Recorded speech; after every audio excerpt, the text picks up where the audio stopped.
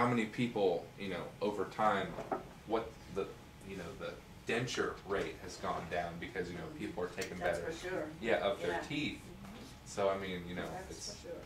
And I think it all correlates with how often you see a dental health professional. But at the same time, you look at all the things connected supposedly with sodium fluoride ingestion. If you look at 1940s, 1950s, all the health problems that are supposedly connected to it skyrocket. I mean, anything from bone cancer in children, which was a non-issue in 1930. Now it's become like a serious health concern that people are all looking at. Why is it happening? And a lot of people say it's very possible it's fluoride. Liver problems, kidney failures, even people are seriously looking at Alzheimer's. They think there's a serious, because people had no idea what Alzheimer's was before 1950, basically. You'd be put into like an asylum or something for being crazy. I mean, there was no. I mean, there was there has been a lot of medical research into Alzheimer's and stuff since then, but there was basically no sign of Alzheimer's in population until roughly 1950. Then it started taking off, and it's exploded in the last couple of years. That's all due to medical advances and stuff. The same thing. All these different discoveries. And They just didn't call it Alzheimer's. Yeah. I mean, it was around, don't get me wrong, but the number of people, they look back and they say, well, roughly how many people do you think had Alzheimer's? How many misdiagnosed this? How many people they thought were just crazy? And they say it's skyrocketed, it's exploded. And you have to look, the population that was born right around 1940, they're coming to that age where there's a lot of dementia patients, a lot of Alzheimer's patients. And I'm not saying, like I said, I'm not a scientist, but there are people that are seriously looking into that. There's studies that are starting to point towards that. So we have absolutely no idea what all this could cause. It could just be a matter of living longer. Yeah, that's what happens to brain functions. But in reality, people really don't live any longer. You're looking at, we live like 76, I think, is the average white male's lifespan. And I think it's like 78 for Caucasian female. So that's including your infant mortality rates and all that stuff, which have greatly improved because of medical advances. More people go to the hospital, have children. There's less problems when giving birth, which is a huge issue when you're talking about calculating life expectancy. But if you go back to late 1800s, particularly up to early 1800s, whenever modern medicine was really taking off, you're looking at people lived into their 80s and 90s on average. If you take away infant mortality rates, if you look today, people are only living till their early 80s, late 70s. So in reality, people aren't living any longer than they were. That we're actually shortening lifespans. It's just we're improving infant mortality rates. Which, I mean, if you look at Japan, Japan doesn't fluoridate at all. Japan has one of the longest life expectancies in the world. I think they're actually the longest life expectancy in the world. And they have fluoridate at all? And you're not. It's illegal. It's illegal to fluoridate in Japan. Is that period. right? Yeah. And China, which I thought was kind of funny, and the UK is looking again to see if they should illegalize fluoridation because there's so many health concerns. And Australia's outlawed it, if I'm not mistaken, too. I'm not sure about that one, but I'm pretty sure. But I know for a fact. You cannot use fluoride in products that are ingested. And the Nazis used it in concentration camps to docile their Which is prisoners, another. I guess you could say. First recorded use of sodium fluoride after they used it trying to produce nuclear weapons during World War II. The Nazis didn't know what a nuclear weapon was, but they were trying to produce it. During which time they got a hold of sodium fluoride, and they figured out that you could. Very high concentrations. It was actually only about 20 to 50 parts per million, if I'm not mistaken. I don't know that for a fact. But the first recorded use was, let's put it in the water supply. It sterilizes and affects brain function to where inmates become docile. That was in German concentration camps in World War II.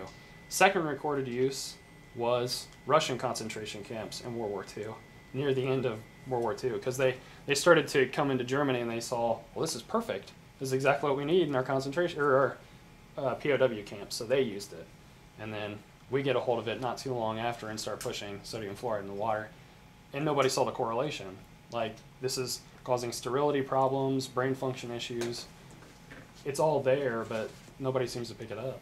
Sodium fluoride and calcium fluoride? Are the two Two main different compounds. Two different So which things. one are we talking about? Sodium fluoride. Calcium fluoride's a naturally The city feeds hydro. fluorosilicic acid. Yeah. Hydrofluorosilicic acid. That's 91% of the municipalities use that. That's what is it? Hydrofluorosilicic acid. Yeah. I can't say It's very long. It took a while. Yeah.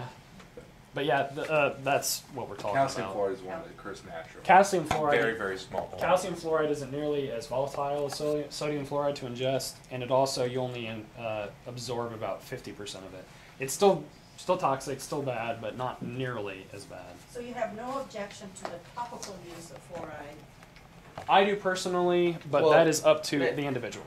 That's Topical personal fluoride preference. use is a personal preference thing, so no, I don't really have a problem with it. If you want to go use mouthwash, I do. You know, despite the Yeah. negatives of fluoride, it freshens your breath. I'm willing to take that risk, but you know, that's a personal decision level. Whereas a municipal fluoridation of water supply is not really so much. Well, I mean, you obviously you could go out and buy bottled water, but it's You don't know less where it's coming from. Yeah, Chances chances are are, tap water. chances are they're right out of the fluoridating it. tap, probably. Yeah, because it usually Yep. comes from somebody else's city water Is system. it? Yeah. Unless Bottled you're water looking at comes from directly aquifers underneath the spring, ground, unless so- you're looking directly at spring water, which then you have to look at where the spring water is. Those And Fiji bottles, you get a It's- bottle of water this big, $4. Oh yeah, boy. you have to look at When it was its coming down the mountain, relation. how many fertilizers and stuff that it crossed paths with. In and some- Fiji? No. But yeah, I don't think. Maybe not Fiji. but- I'm pretty sure. Yeah, Fiji water is Fiji's good. out of my price range. Pricey too. Yeah, exactly. But that's you have to look at how close is it to industrial dumps, basically, because Yeah. it looks like the closer you get to a dump, the more your natural fluoride levels are. So That's not a good correlation. No, not really. Well, Where are we going? you guys, I'm not sure what we do at this point, except maybe take some of the advice that we've given you and run with it. I think council will certainly have more one-on-one discussions. We'll certainly have another committee meeting. You saw how long that agenda was tonight. So we have them frequently for public works. And maybe, I don't know, Tony, do you have any thoughts on how we could get everybody together just to brainstorm points of departure for the city to take? Well, I think maybe Jan's suggestion of looking to give them some contacts with maybe some of the elected officials, or I don't know what the contacts you guys have made at some of the state agencies, but that's really, I think, the level that they're gonna have to be working with. I think probably the best the city could do is to help facilitate those connections, since we don't. And have that's easy to do, Right. but I'm not sure that accomplishes what they would like to have us, our It involvement. helps. Well, it ultimately does, because, you know, we can pass a resolution of support in terms of their work, but that's not gonna change the fact that the state law says this is something that's mandated at this point. Mostly, I mean, we still the reason want you to look get to what for we're support, asking obviously for we have to go to resolution. state. It's, you know, I hate to, you know, sort of make it trivial, and it's really not, but it's a publicity thing, you know, we gotta get this issue out there, and that's really what, you know, the whole support thing we were hoping would help with. at least some sort of backing so the state And doesn't again, just look at it like, The "Ha, newspaper helps. It wasn't certainly. necessarily a Three resolution, we were kids. looking for just something Talk to to get that man forward. about the ad prices for his paper Here's what we they're high." Yeah. and his website. have some sort of resolution of Encouragement. encouragement. I like that better. I don't wanna say non-support, but encouragement. And whenever we send out And further the study. agenda, invite 7, 22, and 2, say, look, hot topic, better come tonight. And maybe it'll get on the news for that evening, and if not, well, you know, the courier will be here. And maybe Corey. Maybe Corey? I can make it. But if Always it's on the Corey. agenda, the news is more likely to come, and then And that's just where I take was it from coming there. from. I think, you know, it could be very, very simple, but indeed have that subject matter and encouragement for what this group of students is doing. And Karen, you're real good with whereases. You could come up with a whole Tony's string of better. them. I know he is. Tony's So we'd good. be talking about a resolution of support in their quest to explore this issue further, not necessarily immediate endorsement of the issue Right. of Exactly. removing And fluoride. bring Yeah, it that's to the not- Not public's necessarily immediate attention. endorsement Not of our endorsement. position, but No. the issue as a whole. Yes. Support Advocating, consideration. exploring the issue. Yeah, Right. yeah. Take a second look. It's Or been like you 40 said, years, a study of basically. the issue. Right.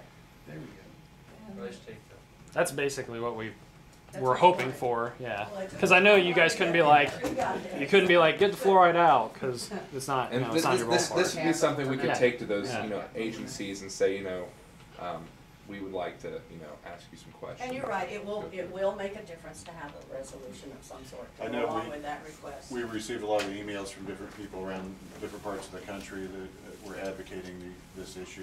I assume it's people that you guys have been in contact or had some discussions with.